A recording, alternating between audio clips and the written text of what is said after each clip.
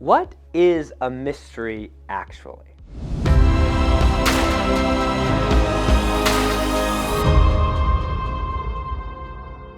Today the church celebrates the Solemnity of the Most Holy Trinity.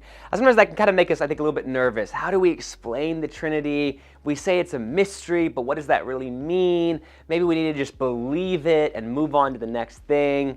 And actually, I love preaching on the Most Holy Trinity because I think it's sadly often very much misunderstood.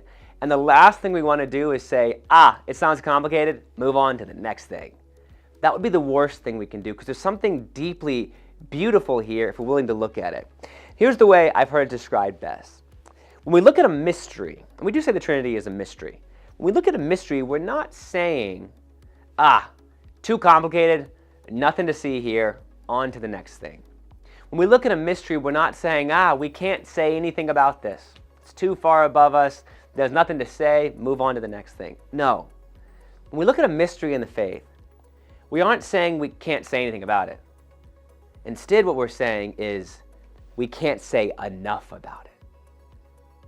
That we can certainly look at this and discover some very true, tangible, and relevant truths about this.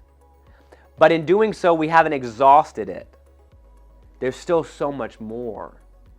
There's not darkness in a mystery, there's too much light. It's so clear. It's so deep, it's so intelligible that it's hard to even comprehend. That there's a depth in a mystery, there's too much light that you could spend your entire life studying this and learn a lot, but never get to the end. If you had a credit card that had no limit, you wouldn't say, that's mystery, get rid of it. You would say, this is awesome. If you had a loaf of bread that you could keep cutting and it lasted forever, you wouldn't say, this is a mystery, throw it out. You would say, this is incredible. Hang on to this is a treasure. And it's the same way with the Trinity.